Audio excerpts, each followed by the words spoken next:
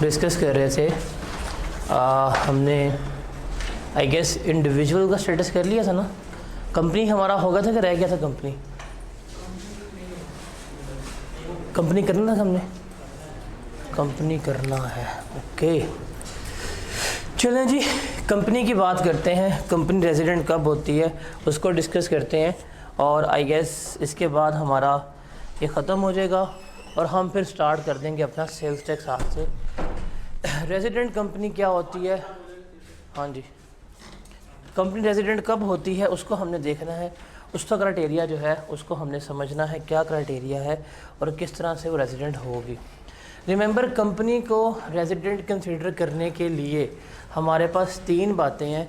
इन तीनों में से अगर कोई एक भी फुलफ़िल हो गई तो हम क्या समझेंगे, कंपनी जो है उसको हम रेजिडेंट कंसीडर कर रहे होंगे।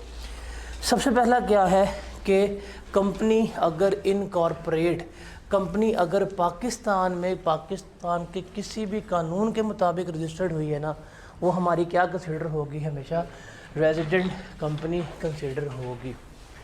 कोई भी कंपनी अगर पाकिस्तान में रजिस्टर्ड है, कोई भी कंपनी अगर पाकिस्तान में रजिस्टर्ड है पाकिस्तान के किसी भी कानून के मुताबिक, तो वो क्या कंसीडर होगी, हमेशा रेजिडेंट कंपनी कंसीडर होगी। Is that clear? अब पेपर में हमारे पास कानून कौन सा गिवन कर सकता है? कंपनीज ऑर्डिनेंस और कंपनीज एक्ट।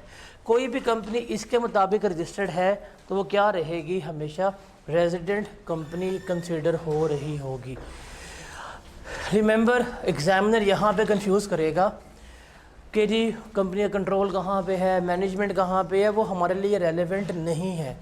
रेलेवेंट हमारे लिए सिर्फ एक चीज़ है, अगर कोई कंपनी पाकिस्तान में रजिस्टर्ड है ना, उसके लिए कोई सेकंड रूल नहीं है, कोई सेकंड ओपिनियन नहीं है, वो क्या होगी, हमेशा रेजिडेंट कंपनी कंसीडर होगी। उसके लिए हमने कोई सेकंड ओपिनियन, कोई सेकंड रूल जो है वो तलाश नहीं करना।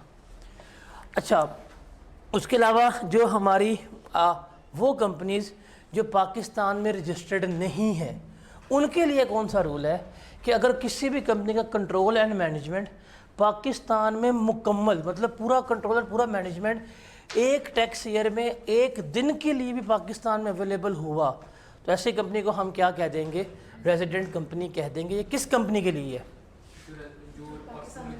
जो पाकिस्तान में रजिस्टर्ड नहीं है। जो पाकिस्तान में रजिस्टर्ड है ना, वो क्या होगी, हमेशा रेजिडेंट ही कंसीडर होगी। जो हमारे मुल्क में रजिस्टर्ड नहीं है उसका कानून क्या है, कंट्रोल एंड मैनेजमेंट अगर मुकम्मल एक दिन के लिए भी साल का यहाँ पे मौजूद हुआ, उसे हम क्या कह देंगे, उसको हम रेजिडेंट कंपनी कंसीडर कर देंगे। इसके अलावा तीसरे पे हमारे पास आती हैं जो हमारी प्रोविंशियल गवर्नमेंट्स वगैरह होती हैं, लोकल गवर्नमेंट है, वो भी क्या कहलाती हैं, रेजिडेंट कंपनी कैटेगरीज़ में कंसीडर हो रही होती हैं। तो ये किसके क्राइटेरिया है, रेजिडेंट कंपनी के। उसके बाद AOP हमारी रेजिडेंट कब होती है, अगर हम इसकी बात करें तो इसका सिंपल सा क्राइटेरिया है कि इसका कंट्रोल और इसका मैनेजमेंट होली या पार्टली, मतलब एक आधा पार्टनर, एक आधा मैनेजर या पूरे पार्टनर और पूरी की पूरी मैनेजमेंट अगर पाकिस्तान में एक टैक्स ईयर में एक दिन के लिए भी एग्जिस्ट कर गए तो हम क्या मानेंगे, हम इसको रेजिडेंट AOP मान रहे होंगे। तो AOP में और कंपनी के क्राइटेरिया में सिर्फ फ़र्क क्या है कि वो जो है हमारे पास होली होनी चाहिए, ये होली या पार्टली एक दिन के लिए भी सिचुएट किए तो ये क्या होंगे, रेजिडेंट कंसिडर हो रहे होंगे। Is that clear?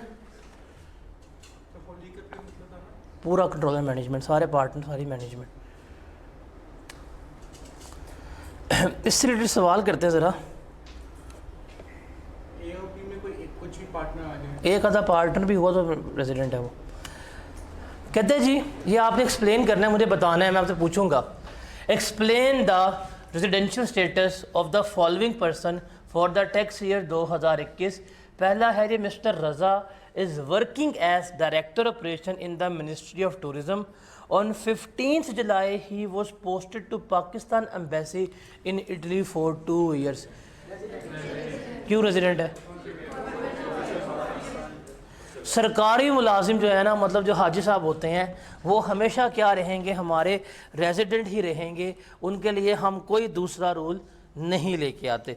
तो जहाँ पे भी गवर्नमेंट एम्प्लॉय आ गया वो क्या होगा, हमेशा रेजिडेंट ही कंसिडर होगा। बताएं जी, रेजिडेंट है कि नॉन रेजिडेंट है?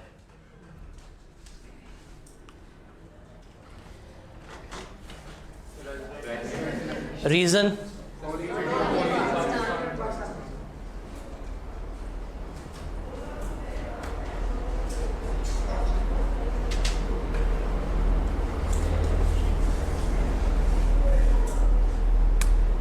थर्ड बताएं।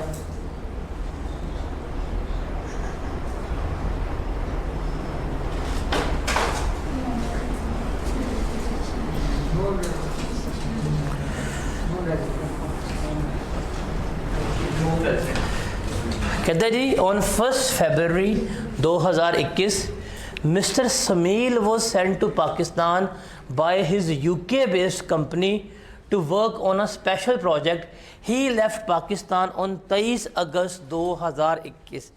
रूल क्या है? 183 डेज एक टैक्स ईयर में। टैक्स ईयर हमारा कौन सा है?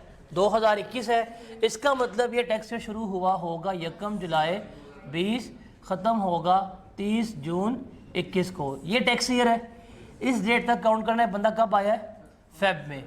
तो डे ऑफ अराइवल काउंट होता है। तो फेब के 28 दिन हो गए, मार्च के हो गए, अप्रैल के, मई के, जून के, कितने बनते हैं? 1। हम ये लिखेंगे कि since his stay in the relevant tax year is about 150 days which is less than 180 days, so ये क्या होगा हमारा इस टैक्स ईयर के लिए नॉन रेजिडेंट कंसिडर हो रहा होगा। Got it? ये बताएं ज़रा मुझे पॉइंट 4 रेजिडेंट के नॉन रेजिडेंट।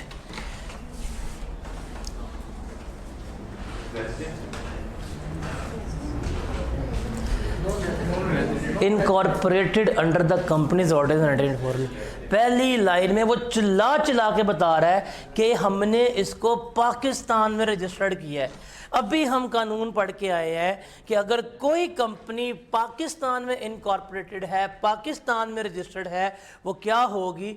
हमेशा रेजिडेंट होगी। उसके लिए तो कंट्रोल एंड मैनेजमेंट हमने देखना ही नहीं था, बड़ा टाइम लगाया यार। ये बताएं ज़रा रेजिडेंट है कि नॉन रेजिडेंट है? ध्यान से ज़रा पढ़िएगा।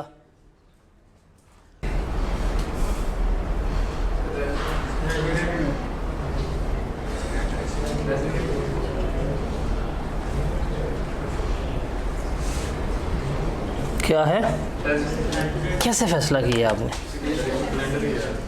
कैसे? अब पहली बात है, वो कहता है जी मिस्टर सलमान एक डीलर है प्रॉपर्टी का, इन USA came to Pakistan on 1 February 2020.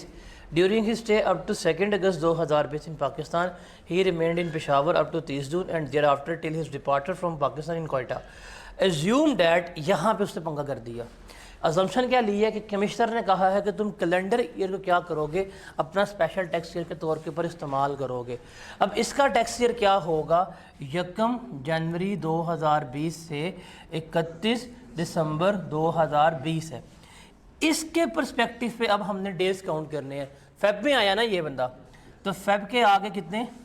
28, मार्च के, अप्रैल के, मई के, जून के, जुलाई के, अगस्त 2 को गया तो डे ऑफ डिपार्चर भी शामिल होगा। तो ये इसका टोटल डेज काउंट बनता है, कितना बनता है? 183। तो इसलिए हम क्या कह देंगे कि सलमान साहब जो हैं वो इस टैक्स ईयर के रेजिडेंट कंसीडर हो रहे होंगे। ये क्लियर है? समझ आ गया? आगे चलते हैं।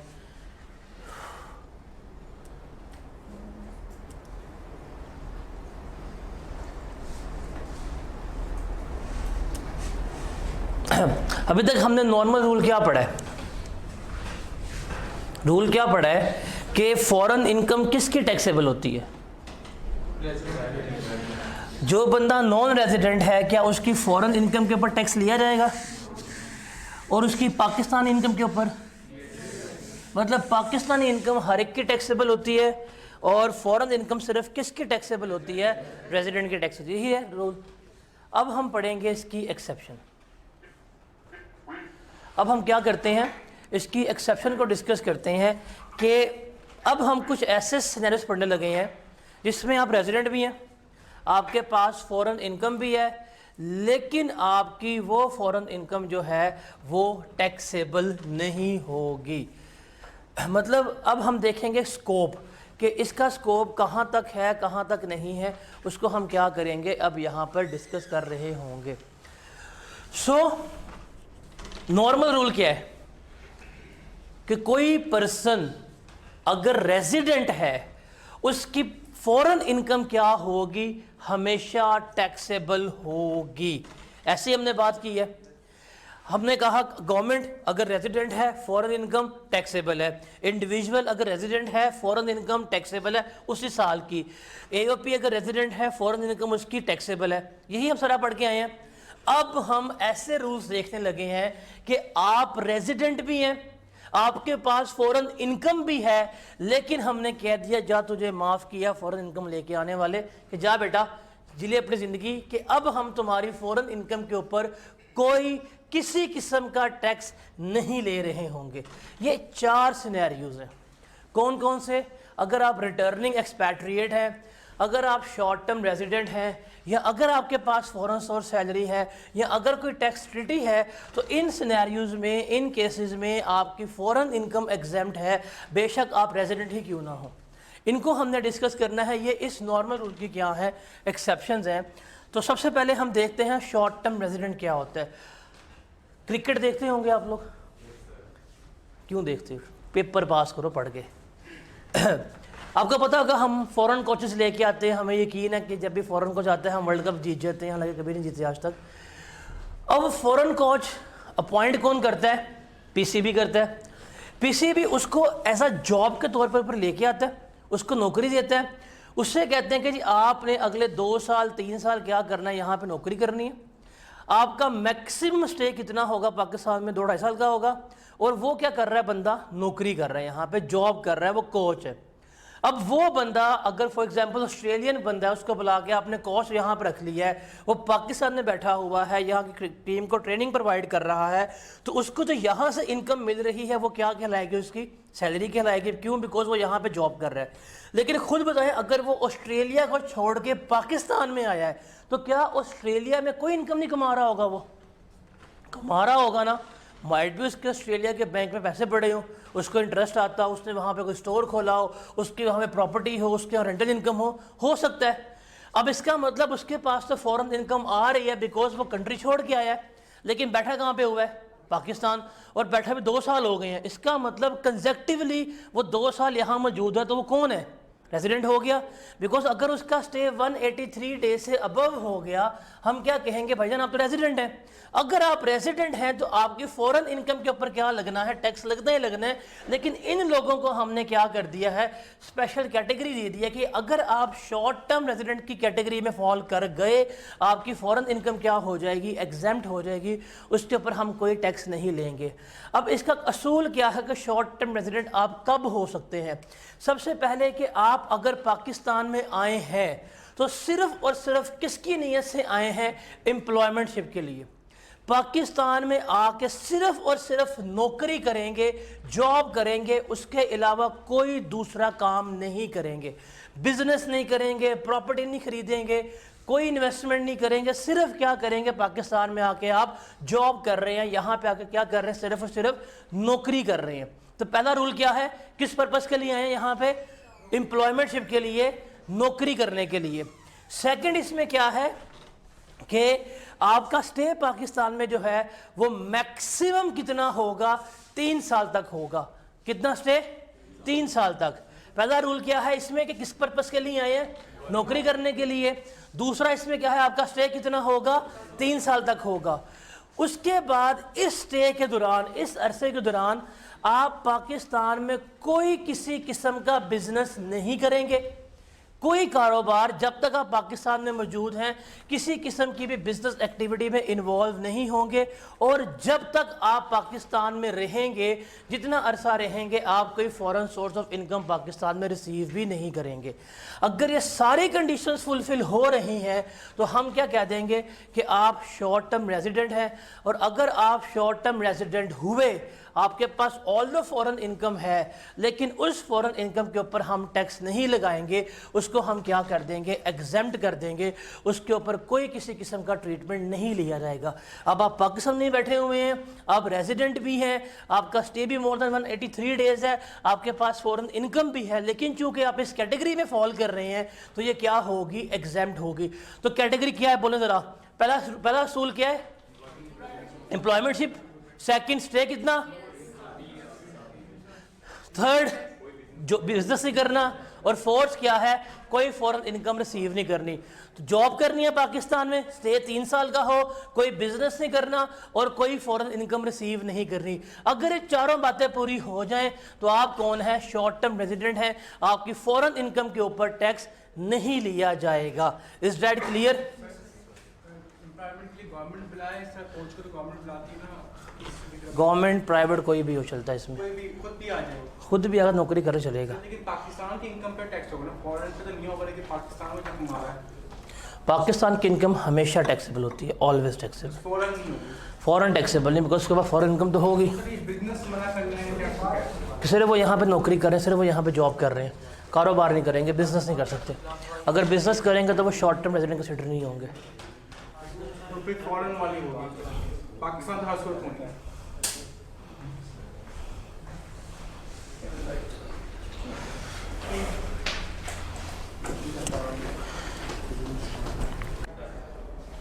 ठीक है, तो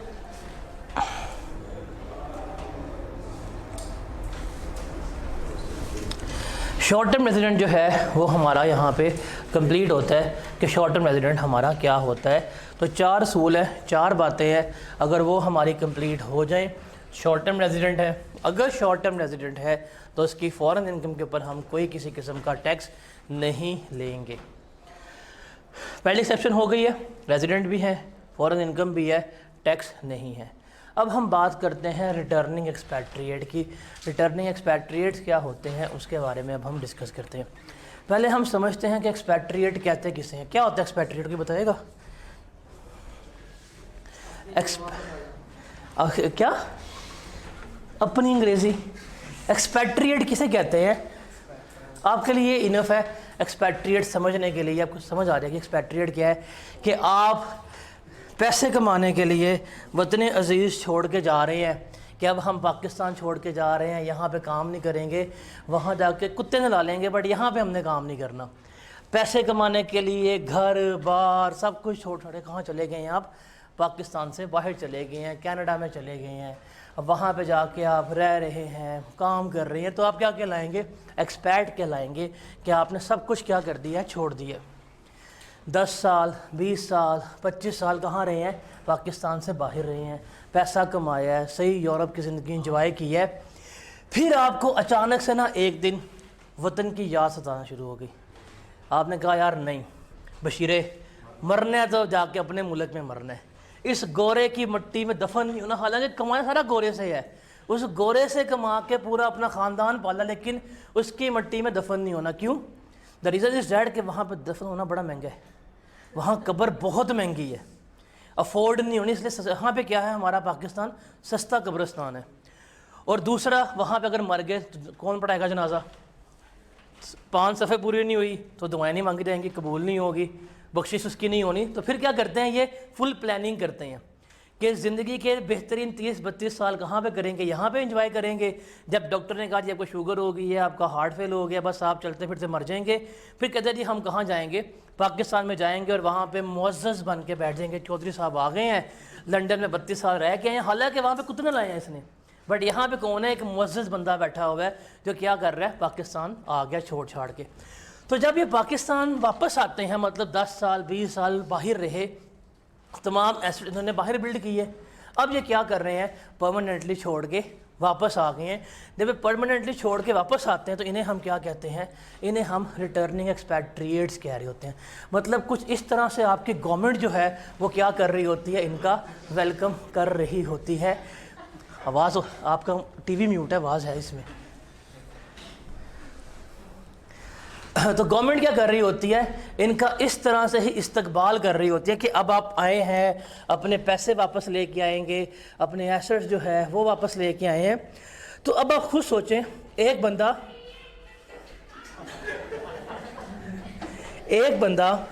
जो 10 साल, जो 20 साल पाकिस्तान से बाहर रहा है, जब वो पाकिस्तान आ जाएगा तो क्या वो बंदा अपने साथ फ़ौरन इनकम नहीं लेके आया होगा?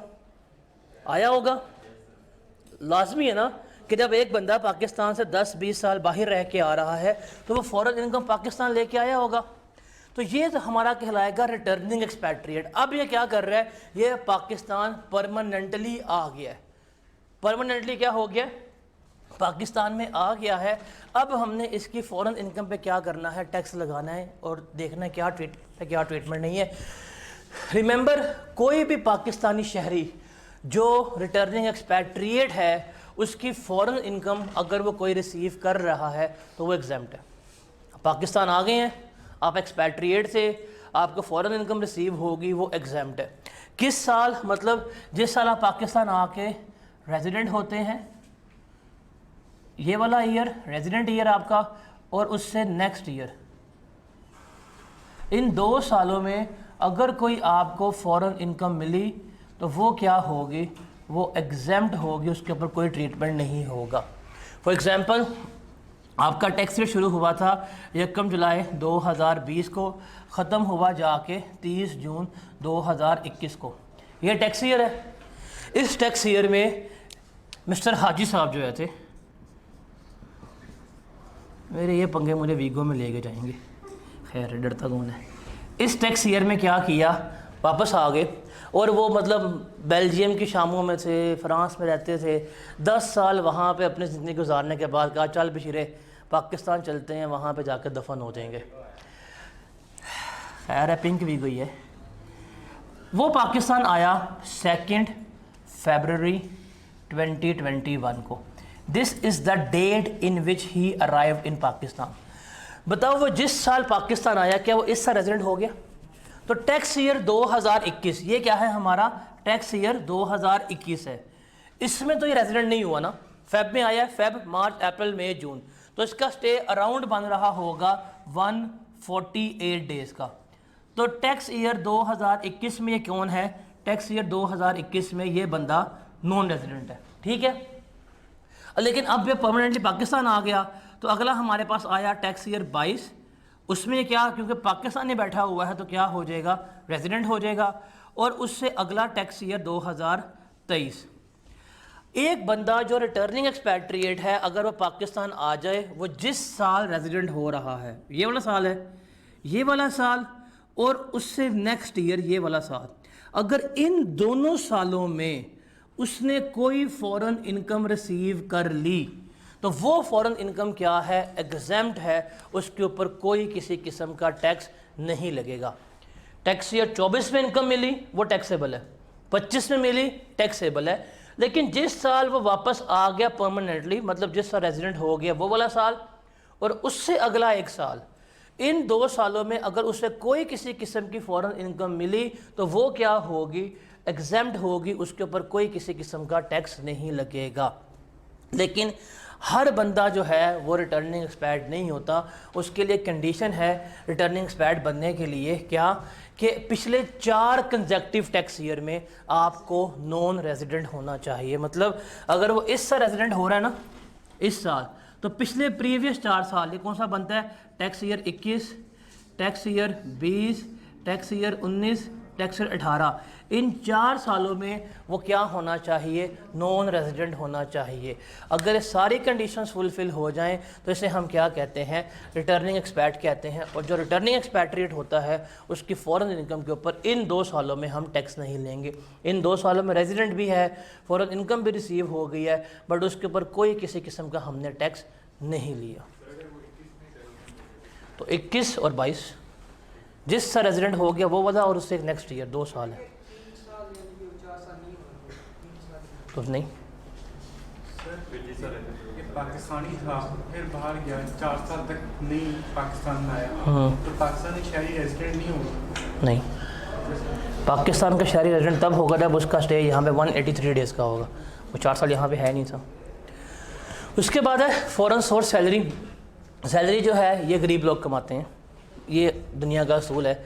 तो जो फॉरेन सोर्स सैलरी कमा रहे हैं, रिमेंबर अगर आपकी फॉरेन सोर्स सैलरी के ऊपर आपने उस कंट्री में टैक्स पे कर दिया, मतलब जिस मुल्क से आपने सैलरी कमाई है अगर आपने उस कंट्री में टैक्स पे कर दिया है या कर देंगे या डिडक्ट हो गया है और वो इनकम आप पाकिस्तान आके बता रहे हैं तो वो इनकम एग्जैम्प्ट है, उसके ऊपर कोई किसी किस्म का टैक्स नहीं होता। मतलब फॉरेन सोर्स सैलरी में कोई किसी किस्म का टैक्स आप पे नहीं कर रहे होंगे, बिकॉज हम यही एज्यूम करते हैं कि सैलरी के ऊपर आप ऑलरेडी टैक्स पे कर चुके होंगे उस कंट्री में, वही टैक्स यहाँ पे होना था, तो इसलिए सैलरी के ऊपर डबल टैक्सेशन नहीं करते। जिस कंट्री में टैक्स पे कर दिया है तो फॉरेन सोर्स सैलरी क्या है आपकी यहाँ पे एग्जैम्प्ट है।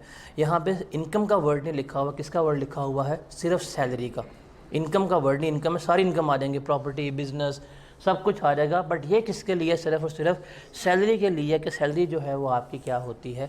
एग्जैम्प्ट होती है। उसके अलावा अगर आप पाकिस्तान के शहरी हैं, पाकिस्तान में बैठे हुए हैं और फ़ौरन सोर्स सैलरी अर्न कर रहे हैं, लेकिन ईयर एंड से पहले आप पाकिस्तान छोड़ गए हैं और ईयर एंड के ऊपर आप पाकिस्तान में मौजूद नहीं हैं, तो उस कंडीशन में भी उस टैक्स ईयर में आपकी फ़ौरन सोर्स सैलरी जो है वो एग्जैम्प्ट है, उसके ऊपर कोई किसी किस्म का टैक्स जो है charge tax year and resident भी हो पाकिस्तान का, लेकिन अगर आप ईयर एंड पे पाकिस्तान में मौजूद नहीं है ना, तब भी आपकी फ़ौरन सोर्स सैलरी क्या हो जाएगी? एग्जैम्प्ट हो जाएगी। उसके बाद आखिरी है tax treaty. Tax treaty basically क्या होता है? ट्रीटी कहते हैं agreement between 2 countries, between 2 states, कि 2 ममालिक का आपस में क्या हो गया है? एग्रीमेंट हो गया। अब 2 ममालिक ने एग्रीमेंट कर लिया आपस में, कंट्री और कंट्री बी ने। कंट्री ए ने कह रही हमारे मुल्क से कोई बंदा अगर इनकम कमा कर तुम्हारे मुल्क में आएगा तुम उस पर टैक्स नहीं लोगे, और तुम्हारे मुल्क से कोई बंदा इनकम कमा के हमारे मुल्क में आएगा हम उसके ऊपर टैक्स नहीं लेंगे। एग्रीमेंट साइन हो गया कि कंट्रीज़ का आपस में बायलैटरल एग्रीमेंट है कि ना हम तुमसे टैक्स लेंगे ना तुम हमसे टैक्स लेना। अब जब कंट्रीज़ ने आपस में एग्रीमेंट कर लिया है तो बेशक अब आप उस कंट्री से पैसे कमा के आ रहे हैं, लेकिन जो एग्रीमेंट हो गया हुआ है, टैक्स ट्रीटी साइन हो चुका है, तो इसलिए कोई किसी किस्म का टैक्स नहीं लिया जाएगा। तो ये क्योंकि स्टेट लेवल पे क्या हुआ है, ये हमारा एग्रीमेंट ख़त्म हो चुका है। फॉरेन सोर्स इनकम में हमने कहा था जिस पर टैक्स पर नहीं होगा टैक्स, फिर नीचे वाली लाइन में लिखा था ईयर एंड पे एडजस्टमेंट नहीं होगा। फॉरेन सोर्स सैलरी का बात हुई है, सैलरी पे टैक्स नहीं होगा, सैलरी पे टैक्स नहीं होगा। ईयर एंड तक ना रहे तब भी नहीं होगा। एक बंदा पाकिस्तान में बैठा हुआ है, फॉरेन सोर्स सैलरी लेके आ रहा है, उसने डिक्लेयर तो करनी है, लेकिन चला छोड़ के पाकिस्तान। अब बेशक उसकी सैलरी पर टैक्स कटा है नहीं कटा वट एवर, बट वो पाकिस्तान मौजूद नहीं है तो उसके ऊपर टैक्स नहीं है। वैसे भी सैलरी पर टैक्स नहीं, वैसे भी अगर सैलरी पर टैक्स उस वक्त एग्जैम्प्ट है जिस कंट्री सैलरी अर्न की है, अगर उस कंट्री पे सैलरी पर टैक्स कट रहा है तो फिर एग्जैम्प्ट होती है। तो यहाँ पे हमारा ये ख़त्म होता है। यहाँ तक कोई सवाल है तो बताएं।